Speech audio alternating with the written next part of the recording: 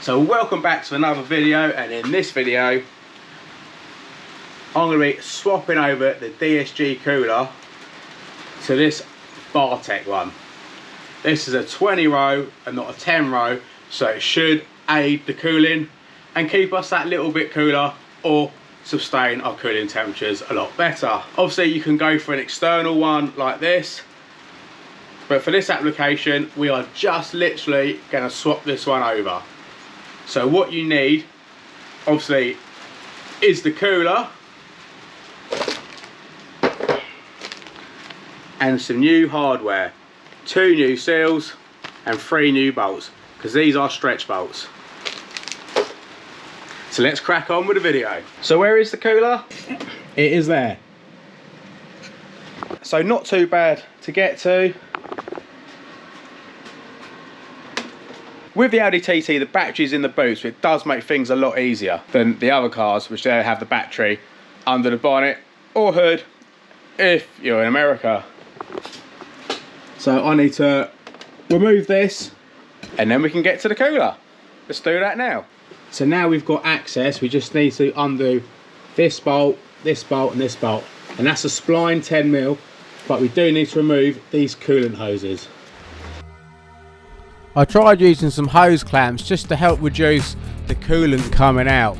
It sort of worked, but the hoses were really tight coming off the cooler as well. As you can see, there was coolant going everywhere. So once I got those off, those hoses off, had a little clean up, so I did not want any of the coolant mixing in with the DSG fluid. So then I got our 10 spline out and started undoing the cooler. Just make sure that all undo okay. I then put some old wheel bolts in the hoses just to reduce that coolant, because it was just coming out. The hose clamps wasn't really doing much. And it did help. So then I pulled out the 3 bolts, get those all out, and literally just lift the cooler out. That was that out. So now you can see the difference. 10 row, 20 row. Twice the size. Let's get this in. So now it's time to change the seals. You have to change these. It will leak if you use the old ones.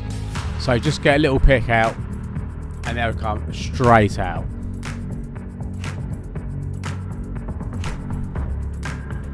When installing the new ones, just put a little bit of DSG fluid around them, just so it gives it a better seal. And that's the new seals in.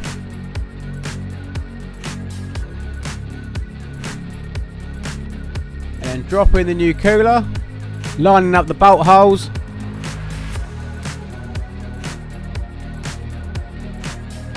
Let's get our 3 new bolts in now.